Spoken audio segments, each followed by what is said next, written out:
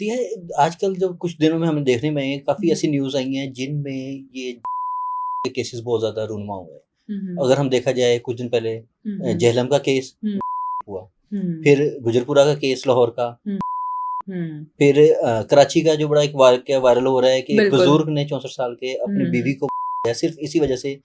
ख्वाहिश पूरी नहीं हो रही। ये क्या समझती हैं कि ये सिर्फ एक मेंटली है कि आपको तस्कीन के लिए आप कुछ भी कर सकते हो उस टाइम के, या फिर ये कोई क्रिमिनल माइंड होता है? अगर हम कराची के केस की बात करें तो उसका सिनेरियो बिल्कुल ही डिफरेंट है। उसमें अगर हम स्टडी करें तो लोग और बहुत से सोशल मीडिया पे उस शख्स का मजाक उड़ाया जा रहा था कि हाँ ये सही नहीं है इसने इस एज में, लेकिन अगर उसके बैकग्राउंड हिस्ट्री पे जाएं तो वो पर्सन कहीं ना कहीं पॉर्न वीडियोस और इन चीज़ों का एडिक्ट था, जिसकी वजह से उसने अपनी इन ख्वाहिशात को अपनी रियल लाइफ में भी अप्लाई करना शुरू किया। वो अपनी वाइफ से नो डाउट कोई ना कोई ऐसी डिमांड करता था जो उसकी वाइफ जो है वो फुलफिल नहीं कर पा रही थी, इसीलिए तो उसने इनकार किया। और जितने भी ये गैंग रेप्स हैं ये एक पर्सनालिटी डिसऑर्डर में होते हैं, एंटी सोशल पर्सनालिटी। इन लोगों में कोई भी एम्पैथी नहीं होती कि मतलब दूसरों की अंडरस्टैंड करें, उनके फीलिंग्स को नहीं, ये दूसरों को नुकसान पहुंचाकर खुशी महसूस करते हैं। और दूसरों को किस तरह नुकसान पहुंचाते हैं कि उनको जो है करना, उनको मेंटली टॉर्चर करना, और इस तरह के नुकसान से उनको खुशी मिलती है। इसीलिए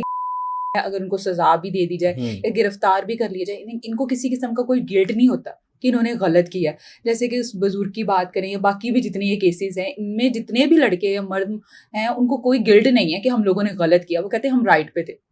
जो अब लाहौर वाला केस है इसमें भी अब 3 लड़के इन्वॉल्व थे, मगर उनमें से एक लड़का सिर्फ वीडियोस बना के और उन्हें बता रहा है कि आप इस तरह करें इस तरह करें,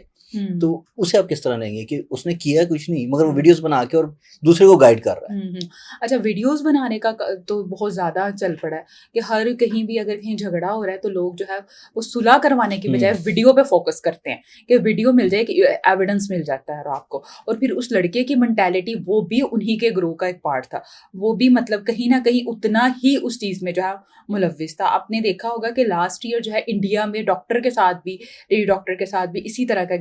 हुआ था, और पूरे हॉस्पिटल ने सब ने बहुत ज़्यादा स्ट्राइक की थी कि इस चीज़ को रोका जाए। उनकी हिस्ट्री में भी यही था कि वो लोग कहीं ना कहीं इस तरह की पर्सनालिटी डिसऑर्डर में थे। इन लोगों की अगर बात करें तो ये जो है ज़हनी तौर पर फिट नहीं होते, इनके घर में काफ़ी ज़्यादा डोमेस्टिक इश्यूज़ हो रहे होते हैं या बचपन में इनको जो है सेक्चुअली अब्यूज़ किया होता है, जिसकी वजह से इनमें जो है वो गिल्ट नहीं रहता कि वो दूसरों को नुकसान पहुँचाते हैं, उनको जो है वो टॉर्चर करते हैं और इसी से उनको प्लेयर मिलता है। जो ये जाते हैं ये क्या बचपन से ही इनका क्रिमिनल माइंड होता है? किसी टाइप का भी हो, जो कोई चोरी हो गई या फिर कर लिया, एक तो कहना हादसा थी गलती से वो गया, मगर एक जो इंसान रेगुलर करना शुरू हो जाए, जो जाता है एक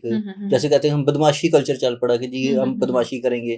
तो वो क्या बचपन से इस तरह का माइंड होता है कि यहाँ बड़े आके उनके वो इस तरह का माइंड डेवलप होता है? अगर